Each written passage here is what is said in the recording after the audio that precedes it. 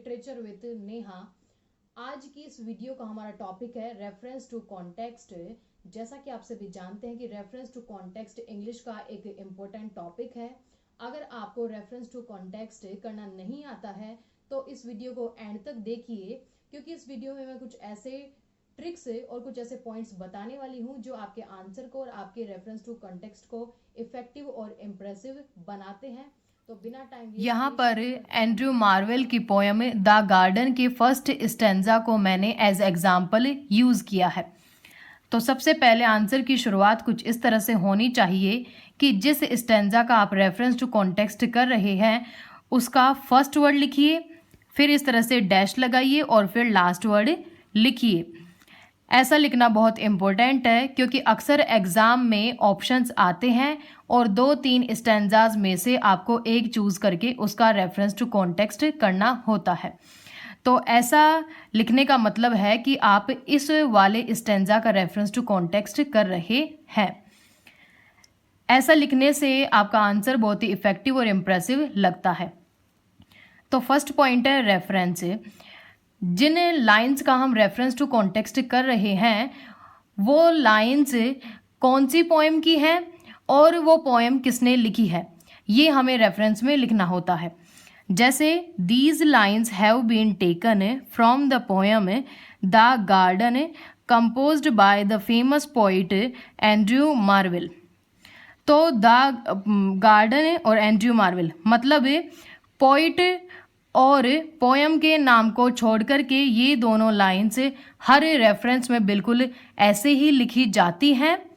यहाँ पर एक और बात ध्यान देने वाली है कि पोएम के नाम और पोइट के नाम को मैंने अपोस्ट्रोफ में लिखा है, आपको भी ऐसा ही लिखना है क्योंकि ये दोनों नाम मतलब पोएम के नाम को और पोइट के नाम को हमें हाईलाइट करना होता है और हाईलाइट करने के लिए अपोस्ट्रोफ यूज किए जाते हैं।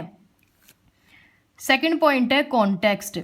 जिन लाइंस का आप रेफरेंस टू कॉन्टेक्स्ट कर रहे हैं उन लाइंस को पढ़ने के बाद आपको पोएम का सेंट्रल आइडिया और जो पोएम की थीम पता चली है उसे आपको यहाँ पर लिखना होता है। जैसे in these lines the poet describes about nature. The garden poem में पोइट ने नेचर के बारे में डिस्क्राइब किया है तो मैंने यहाँ पर ऐसा लिखा है। अगर किसी पोएम में पोइट दुख और खुशी के भाव व्यक्त कर रहा है तो हम वहाँ पर लिखेंगे in these lines the poet expresses his sorrow and his Joy. अगला पॉइंट आता है एक्सप्लेनेशन। एक्सप्लेनेशन करने से पहले हमें जिस स्टैंजा का एक्सप्लेनेशन करना है उसे पूरे ध्यान से पढ़ना चाहिए और उसे पूरा पढ़ने के बाद हमें जो समझ आ रहा है उसे हमें यहाँ पर अच्छे और सही शब्दों में लिखना है। ध्यान रखें कि आपका एक्सप्लेनेशन बहुत बड़ा ना हो और आप वर्ड लिमिट क्रॉस ना करें। फोर्थ और लास्ट पॉइंट है क्रिटिकल नोट। इसे क्रिटिकल कमेंट्स और क्रिटिकल एप्रिसिएशन भी कहा जाता है।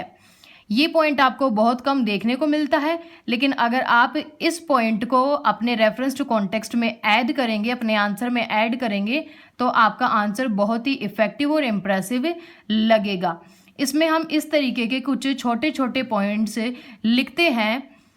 फर्स्ट पॉइंट हम इसमें लिख सकते हैं राइम स्कीम। जिस स्टैंजा का आप रेफरेंस टू कॉन्टेक्स्ट कर रहे हैं उसकी राइम स्कीम आप फर्स्ट पॉइंट में लिख सकते हैं। अगर आपको राइम स्कीम सॉल्व करना नहीं आता है तो मैंने इस पर वीडियो बनाया हुआ है, उसे देखकर के आप बहुत ही इजी वे में राइम स्कीम सॉल्व करना सीख सकते हैं। सेकंड पॉइंट हम लिख सकते हैं फिगर ऑफ स्पीच के बारे में। पोइट ने जो फिगर ऑफ स्पीच यूज किए हैं स्टैंजा में उन्हें आप यहाँ पर मेंशन कर सकते हैं। थर्ड पॉइंट में हमें पोइट की राइटिंग स्किल के बारे में लिख सकते हैं। पोइट ने जैसी राइटिंग स्किल स्टैंजा में या पोएम में यूज की है उसे आप यहाँ पे थर्ड पॉइंट में मेंशन कर सकते हैं। लास्ट पॉइंट में हम लैंग्वेज के बारे में बता सकते हैं कि पोइट ने कैसी लैंग्वेज में पोएम लिखी है, इजी टू अंडरस्टैंड है या सिंबॉलिक है। तो फ्रेंड्स, ये था रेफरेंस टू कॉन्टेक्स्ट करने का सही तरीका। आई होप आपको ये वीडियो पसंद आया हो। अगर आपको ये वीडियो पसंद आया है तो प्लीज़ लाइक और शेयर करें। कमेंट बॉक्स में कमेंट करके बताएं कि आपको ये वीडियो कैसा लगा और प्लीज़ मेरा चैनल ज़रूर सब्सक्राइब करें।